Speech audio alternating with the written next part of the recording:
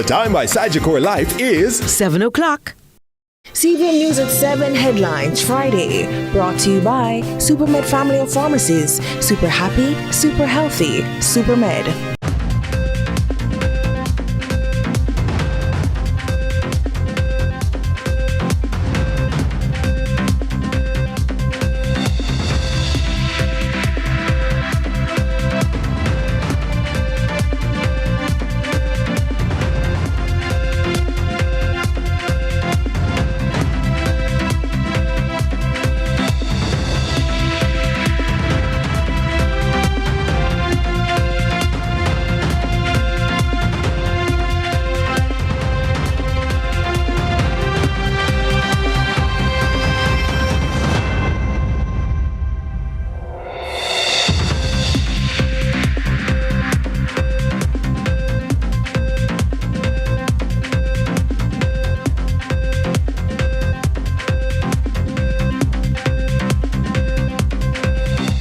Tonight in CVM News at 7, mark my words, Deputy House Speaker faces defamation suit from opposition leader, one-stop shops for private and public entities across Jamaica, and airplane veers off Norman Manley International Airport's runway after landing.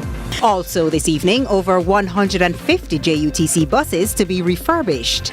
In the business report, Feel Good Finances, Lasca's story of generosity and goodwill. And in sports, the Reggae Boys depart for Dominica ahead of Sunday's clash in World Cup qualifier.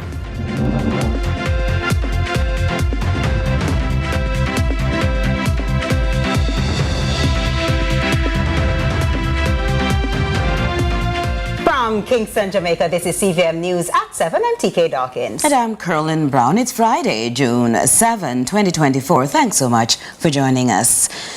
Tensions rise in Jamaica's political landscape as Deputy Speaker of the House of Representatives, Heroy Clark, faces the looming threat of legal action. Opposition leader Mark Golding is gearing up to take Clark to court over allegations of defamation stemming from remarks in a social media group. Ramon Gordon has the details. Deputy Speaker of the House of Representatives, Heroy Clark, is now facing the threat of legal action. That, as opposition leader Mark Golding vows to take him to court over allegations of defamation. In a letter dated June 7, attorneys representing the opposition leader wrote to Clark regarding comments made in a WhatsApp group. Efforts to reach Clark for comment proved futile up to news time. Clark has been given until 4 p.m. on Monday, June 10, 2024, to comply with several demands. Among them is a written confirmation to refrain from making future defamatory statements, 2, an apology in a prominent newspaper, and 3, entering into discourse resettlement. This latest action follows threat of a similar suit by Transport Minister Darrell Vaz, directed at a social media user over similar defamation concerns. That matter has since been settled without court intervention. Ramon Gordon for CVM News. It was a frightful encounter at the Norman Manley International Airport in Kingston yesterday after American Airlines flight AA850 experienced difficulty upon landing. Now, the craft reportedly veered off the runway, sending many passengers into panic mode. The incident resulted in damage to the engine, landing lights and other components of the aircraft. Since the incident, Transport Minister Darrell Vaz has expressed relief at the safe landing as he awaits the outcome of investigations. Acting Director General of the Jamaica Civil Aviation Authority, Nicole Grant, says all 167 passengers and 6 crew members disembarked without injuries. Yesterday, June 6th, at approximately 9:30 p.m. local time, American Airlines AA850, having departed from the Miami International Airport en route to the Norman Manley International Airport, experienced a runway excursion while landing on runway 30 at NMIA. So let me explain the use of the word excursion. It's an unplanned exit. So because of that excursion, damage was caused to both the aircraft and the runway infrastructure. Damage to the aircraft included damage to the engine and the engine fan blades, hydraulic hoses, landing gear, and the tires. And for the runway, some of the edge lights were damaged. Since that incident, the JCAA had their inspectors going to conduct a preliminary investigation. We have also had American Airlines air safety investigator travel down to Jamaica here to also conduct her investigation, and the voice recorder and flight data recorder have been sequestered. We are in anticipation of mechanics coming to do repairs to the aircraft. It was raining at the time. We are unable to state if the weather contributed to the issue. Ride-sharing company InDrive is refuting claims that Daniel Anglin's final ride was booked through its platform. Meanwhile, Transport Minister Darrell Vaz outlines more guidelines for ride-sharing and ride-hailing platforms in Jamaica. Courtney Lewis has this follow-up. Popular ride-hailing service InDrive is refuting claims that the driver involved in the death of Daniel Anglin offered his service through the platform. The response comes after Transport Minister Darrell Vaz banned the use of all ride-sharing and hailing apps. In a letter to the Minister of Transport released on June 6, the company says, "As of now, we have confirmed that the driver was not offering his services through our platform, and Miss Anglin used InDrive for the last time several days before her unfortunate disappearance."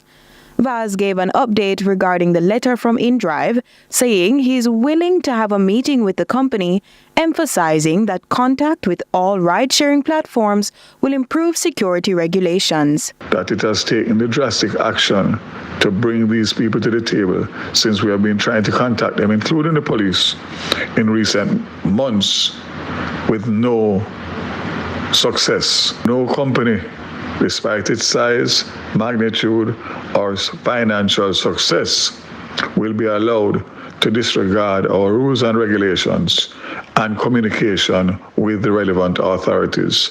I'm happy that this has happened, but I'm very sorry that it had to take the action that I was forced to take in order to bring InDrive to the table. On Friday, Vaz explained that it may not be long before the ban is lifted for Jamaican-based ride-sharing applications due to ongoing conversations with local ride-hailing companies. Operators are expected to meet all security standards outlined by the Transport Authority and information on drivers submitted for review. Meanwhile, international ride-hailers are expected to meet stringent regulations. They will be required to register a business in Jamaica and have representatives in Jamaica to engage the Transport Authority and other local authorities.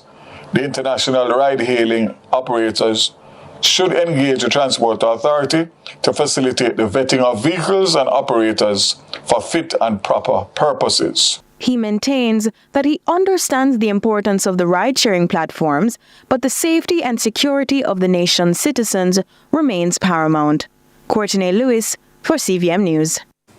The state-owned Jamaica Urban Transit Company's fleet is to be fueled by an injection of over 150 refurbished buses. Now, though a timeline for the completion wasn't provided, the Transport Minister says that this short-term solution is absolutely necessary. Natalia Clark picks up that story.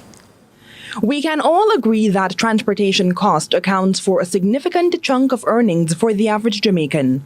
As such, the demand has been high for the state to provide reliable and affordable options. That's where the Jamaica Urban Transit Company, JUTC, comes in. But for far too long, the fleet has been insufficient. 71 new buses were added in the last year, and another 300 have been procured. Transport Minister Darrell Vaz admits that's still not enough, so refurbishing old buses is the order of the day. We are starting with 24 Golden Dragon. 8 already done, 24 is at the PPC. And we are moving to the Volvos that have been here, the articulated Volvos that are at end of life, that can move 3 times the amount of passengers of an ordinary bus. So when it pull up in Portmore or halfway tree, it just swoop up everybody and move them one time. He says the manufacturers from China will come to Jamaica and complete the job for roughly a quarter of the cost of a new bus. So you are now going to pay, Mr. Speaker, between 25 and 30% of the cost of a new bus. That is guaranteed to give you 10 more years with 2 years guarantee. New engine, new seats, new upholstery, new suspension, new paint, everything. The total number of buses to benefit is 151, up from the 105 he announced on January 30, where he said the cost would be 30 to 40% of the cost of a new bus. The minister says the 8 buses that were already refurbished under this initiative took 3 months, and the results are impeccable. I have gone down there and looked at them myself, and when you see the before and you look at the after, which is the first 8, you cannot know outside of the license plate that is not a new bus. So this is now going to save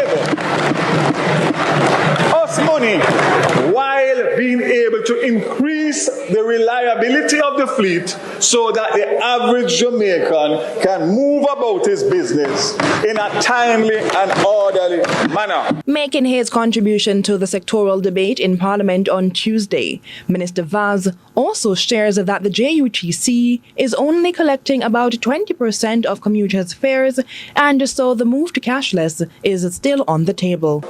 And that is going to be option for payment using smart card fare collection system, which has already seen reduction based on the pilot project due to the fare box leakage and has improved service to commuters. The JUTC is seeking to enhance this system and has embarked on a procurement process for the development of a comprehensive 360 solution to address the needs of both commuters and the company. Natalia Clark, CVM News. CVM News at 7 will continue in just a moment.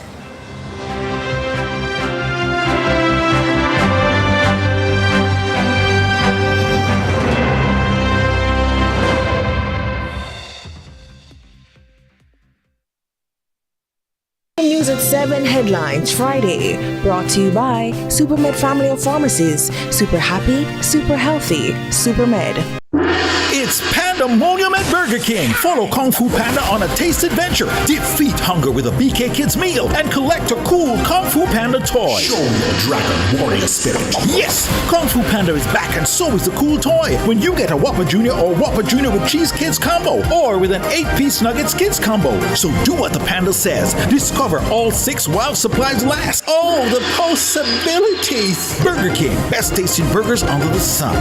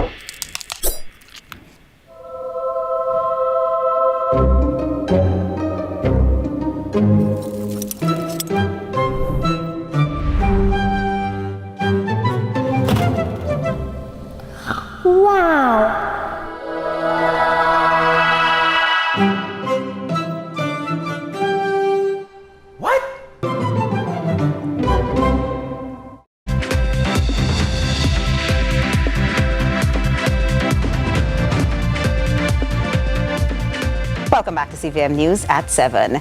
In October 2016, a private member's motion to ban single-use plastics was passed in the upper house. Since then, the stock of certain lunchboxes, plastic bags and other single-use products has been reduced. The government will soon enter the fourth phase of the ban, outlining more products to be prohibited. Ramon Gordon has the details. The government will soon launch the fourth phase of its much-touted plastic ban. This announcement comes as the Ministry of Economic Growth and Job Creation, along with its partners, celebrate National Environmental Awareness Week. Effective July 1, 2024, amended ministerial orders will prohibit additional plastic products. No person shall import, distribute, sell, or use any single-use plastic food container made wholly or in part of polyethylene, polypropylene, polylactic acid, excluding the related transparent plastic lids in commercial quantities. The following photos are examples of the plastic products described by the minister. Of note, the ban won't apply to products imported before the July 1 deadline. A similar grace period will be extended until January 2025, when some cosmetics and personal items will be targeted. In relation to the cosmetic care and personal care products with intentionally added microplastics or plastic microbeads, the prohibition of these products will be effected as at January 1 to allow the trade to make necessary adjustments and further sensitize the population. The ban is part of an ongoing effort to reduce plastic pollution locally. That, as Recycling Partners of Jamaica recently achieved a 35% plastic recovery rate locally. However, Climate Minister Matthew Samuda is setting his sights on a new goal. But Jamaica is targeting a recycling recovery rate of 70%. But Jamaica is well on its way, Mr. President. No local manufacturers will be impacted by the ban. Meanwhile, the minister shared additional news. An engineering team is currently designing a waste management system for the Sandy Gully. This development comes amid increased rainfall and persistent complaints from residents in several communities who are often affected by heavy flooding. Though the minister offered no clear timeline for implementation, he did suggest that his ministry may finally consider other long-standing calls from environmental advocates. Mr. President, the ministry, in collaboration with NEPA in the current fiscal year, will be strengthening the policy and legislative frameworks in related to waste management, including the amendment to the wastewater and sludge regulations and the air quality regulations under the NRCA Act. To increase compliance with environmental laws, the ministry will shortly bring to the House amendments to the NRCA and the wildlife protection to allow for an increase in fines and custodial sentences. We will speak in more detail in that latest measure on another occasion very soon. Ramon Gordon for CVM News. The Factories Corporation of Jamaica, the FCJ, says it's looking to enhance available land in Jamaica to construct optimized business spaces for public and private entities. It's a concept being described as revolutionary. The Planning Institute of Jamaica, PIOJ, had projected that Jamaica's economic growth for fiscal year 2023 to 2024 would be within the range of 1.5 to 2.5%. According to our business desk, consistent growth quarter over quarter means more money for the country, more money for Jamaicans, and eventually expansion and creation of businesses. But the latter requires a space that's strategically placed for convenience, accessibility, and growth potential. To address the deficiency, the Factories Corporation of Jamaica, FCJ, is looking to construct major commercial hubs across the island. So the development of these urban centers is to create a new concept of an environment location that is friendly, that is supportive. You can park comfortable, you're in a secure environment, you can do business without fear. The first is the Morant Bay Urban Center, which is expected to be opened before year's end. The idea, as FCJ's chairman Littleton Shirley explains, is a one-stop shop for essential public and private entities. The whole idea was to create the efficiencies of government, using government as the anchor clients to help drive private sector involvement and also to help us from a financial position to show investors that yes, with entities of government being there, then it will become a financial viable investment. And some areas slated to have urban centers are Negril, Portland, Old Harbour and St. Anne. A similar concept, except solely for commercial activities, is set for Nagahead in Portmore. It's going to be total revolutionary approach to engage in young people to have the opportunity to go to school, step across, go to university, right, without having to worry about transportation back and forth. The FCJ is under the Ministry of Economic Growth and Job Creation, headed by Prime Minister Andrew Holness. Natalia Clark, CVM News. Busy hurricane season, a collaborative effort aimed at preserving Jamaica's rich marine ecosystem took place in Salt Marsh, Trelawney on Friday. The National Environment and Planning Agency, NEPA, the University of the West Indies Discovery Bay Marine Laboratory and the Sandals Foundation came together to commemorate Environmental Awareness Week. Courtney Lewis has the story. The National Environment and Planning Agency, NEPA, in partnership with the University of the West Indies Discovery Bay Marine Laboratory and the Sandals Foundation, came together for an impactful mangrove planting event Friday. In recognition of World Ocean Day and Environmental Awareness Week, enthusiastic Salt Marsh Primary School students shared in the festivities. They joined forces with representatives from the partnering organizations to plant mangrove saplings. Mangroves are critical to coastal ecosystems, acting as natural barriers against storm surges, reducing erosion and providing a habitat for diverse marine life. As such, NEPA has developed plans to conserve and restore mangrove lands. Our theme for the week is Accelerated Ecosystem Restoration, a call to action. We decided to focus on this theme because we are preparing a national ecosystem restoration plan to look at restoring our ecosystems. So Salt Marsh is one site. The Natural Resources Conservation Authority purchased the land from a private landowner who had an interest in conserving the location. For the Sandals Foundation, Friday's affair is a continuation of public education efforts that have spanned 2 years. Sandals Foundation main work in the project is to engage with stakeholders. So we've done work with 5 schools, as I said, over 100 children. We've had multiple community meetings. We've placed 2 signs. We've done environmental awareness of businesses in the area. We've placed recycling bins. So we've done a lot of great work with the people so that they know what mangroves are, to let them understand that it's very important that they are stewards of mangroves, how they serve them, how they can take care of them. And so we've given books, pencils, bottles, we've left signs, lots of things. For this particular community, it's about a little over 50 acres of mangroves or mangrove land originally. About 12 acres of it has been developed. Persons live there, shops and houses and homes. So the plan with this project is to not have any more construction, but to have the 30-odd acres which are remaining as mangrove, to be mangroves in perpetuity. This event was not only aimed at environmental conservation, but also at educating and empowering the next generation to be custodians of their natural heritage. The mangrove planting is a part of a broader effort to restore and enhance Jamaica's coastal ecosystems, ensuring their resilience and health for future generations. Courtney Lewis for CVM News. Stay with us when we return, the business segment.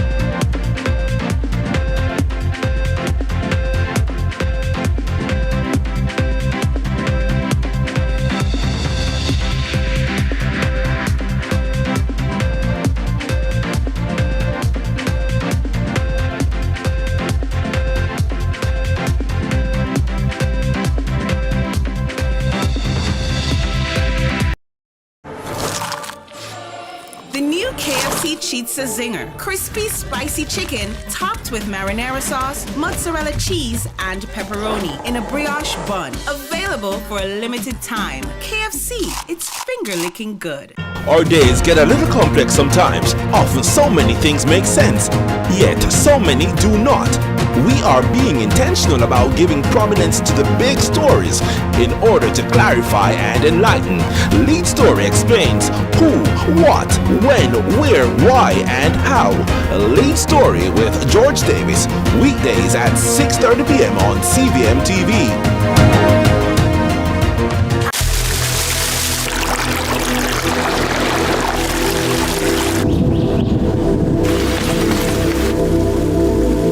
This 10 seconds of calm is brought to you by Catherine's Peak. Everything good. Get ready for the ultimate musical experience.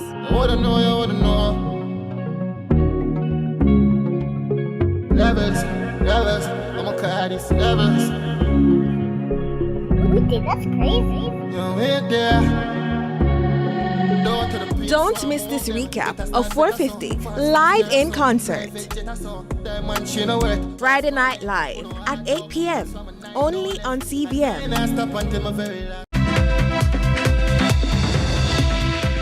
Good evening, you're watching the Business Report, and I'm Ramon Gordon. Now, Scotia Group Jamaica is reporting net income of $8.54 billion for the 6 months ended April 30, 2024. That's a 14% increase over the comparative period last year. At the same time, Vice President of Retail and Small Business Banking, Perrin Gale, says the bank is almost finished with upgrading all its automated banking machines. The wide-scale upgrade initiative is intended to improve the overall banking experience and reduce Scotia ABM downtime across the island. So we've been making continued investments in our ABM network to ensure that we offer the best services to our customers, and over the last few months we have upgraded over 250 ABMs with new parts just to make sure that they're more reliable and consistently deliver the service that our customers require. We are in the process of testing our new imaging for our new machines, and we have 58 new ABMs that will replace the final batch of older ABMs in our network. Once that is completed later this year, it means we'll have completed a 100% upgrade of every single ABM that we have in Jamaica to a newer version, and that should significantly aid with our ABM uptime. Now, as we wrap up the week, we take a look at a story which proves that businesses can make a positive impact on their communities. Feel Good Finances turns the spotlight on the transformational work of the Lasco Chin Foundation.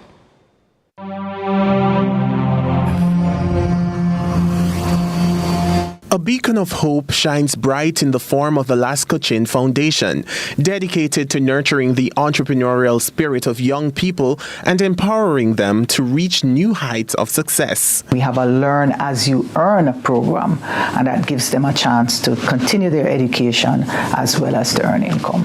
Led by the visionary CEO Rosalie Hamilton, the foundation's mission to cultivate a generation of dynamic and innovative entrepreneurs is already blooming with promise.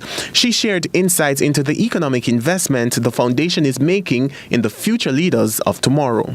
There's much more than the dollar value. I can give you an idea. The dollar value is around $50 to $100 million. $50 to $100 million on an annual basis. We partner with a lot of organizations. That's a big part of what we do, because we know that we can go far alone, but we can go fastest with others. And so we value our partners. And it's not just children. She explained that the work of the foundation also has far-reaching effects on parents.